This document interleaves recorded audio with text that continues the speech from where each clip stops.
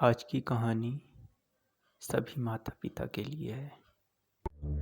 आज की कहानी एक सोशल मैसेज है। लखनऊ से भेजी है। अपना नाम बताने से भी मना किया है। ये कहानी शायद हर किसी लड़की की हो सकती है। मुझे लगा शेयर करनी चाहिए आप लोगों से भी। और अगर आप पेरेंट्स हैं तो ज़रूर देखें और समझें इस कहानी के मैसेज को। साल 2001 में आई फिल्म लगान को तो शायद ही कोई भूला हो। 9 साल की बच्ची स्कूल में राधा कैसे ना जले पे डांस परफॉर्मेंस कर चुकी थी। अब वही गाना और फिल्म सिनेमा हॉल में देखने को बेताब थी। मम्मी पापा की छुट्टी का दिन था और मम्मी पापा से कह रहे थे कि फैमिली लायक पिक्चर है, चलो चलते हैं। घर के पास वाले थिएटर गए। मम्मी कहती कि अरे यार, नीचे की टिकट क्यों ले ली। पापा ने कहा बस यही मिली है, अब चलो जल्दी। बेटा चलो आगे। वहाँ सीट पर बैठने की बात आई तो पापा को बड़े स्टाइल मारते हुए कहा मैंने, पापा अब मैं बड़ी हो गई हूँ, मैं बीच में नहीं बैठूंगी, आप दोनों साथ बैठो। बड़ी तो मैं हो गई थी, पर कुछ बातें जिन्हें जानना ज़रूरी था उन बातों से बेखबर थी। मूवी की स्टार्टिंग हुई और अमिताभ बच्चन की आवाज़ में इंट्रोडक्शन। ये अमिताभ बच्चन की आवाज़ है, किसी ने मेरे कानों में कहा।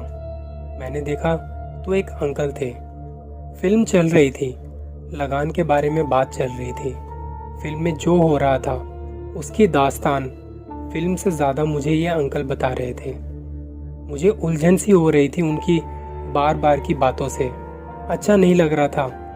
आज भी मूवी एकदम खामोशी और अंधेरे में देखना पसंद है मुझे, पर उस रोज़ खामोशी और अंधेरे में वो अंकल सिर्फ कानों में फुसफुसा नहीं रहे थे, वो बार बार मुझे अजीब तरह से छूने की कोशिश कर रहे थे, उस तरीके से जिसके बारे में आज तक मुझे किसी ने बताया ही नहीं।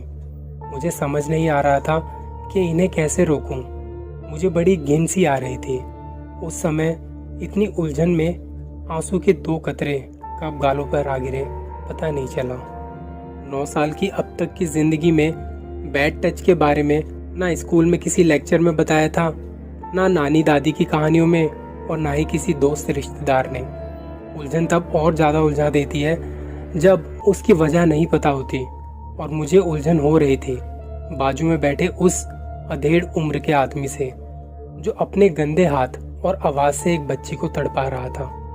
फिल्म में जैसे लगान माफ़ करने को लेकर भुवन ने शर्त मान ली थी और अकेला ही जद्दोजहद कर रहा था अपने काफिले को बढ़ाने की, वहीं मैं अकेली जद्दोजहद कर रही थी अपनी ज़िंदगी की पहली ऐसी लड़ाई लड़ने में जिसके बारे में मैं बेखबर थी। इंटरवल हुआ और सोचा अब अंकल से पीछा छूटेगा, अब मैं मम्मी पापा के बीच में जाके बैठ जाऊंगी। इंटरवल से वापस आए तो मैंने बीच में बैठना चाहा, मगर पापा अपनी सीट पे आके बैठ गए। वो मैंने बोल दिया था ना, बड़ी स्टाइल मारते हुए। अब पापा से कैसे बोलती, बाजू में बैठे हुए इस राक्षस से मुझे बचा लो। थोड़ी देर बाद अंकल फिर उन्हीं घटिया हरकतों पे आ गए। बेटा बीच में आकर बैठ जाओ, पापा ने बुलाया और सर पर एक हाथ फेरा। ऐसा ही एक हाथ हर लड़की को महफूज भी तो रखता है ना। फिल्म खत्म होते होते भुवन की टीम मैच जीत चुकी थी, लेकिन मेरी फैमिली को अभी एक और मैच खेलना बाकी था, क्योंकि पापा ने उस आदमी की हरकत को देख लिया था। अब पापा ने अंकल को मारा, पीटा, पुलिस वाले वहाँ आए। मैंने सारी बातें पुलिस वालों को बताई। ये सब चलता रहा कुछ देर तक पार्किंग में। मैं देख बहुत डरी हुई थी, पर उस वक्त मेरे सुपरमैन ने, मेरे पापा ने मुझे उस राक्षस से बचाया था। अगर तुम मुझे सुन रहे हो या तुम मुझे सुन रही हो, कोई तुम्हारे साथ ऐसा कर रहा है तो मुंह तोड़ देना उसका, चुप मत बैठो। कोई ना कोई सुपरमैन तुम्हारा भी होगा, और अगर कोई ना भी हो ना, तो बस ये याद रखना कि तुम्हें खुद का सम्मान खुद ही करना पड़ेगा।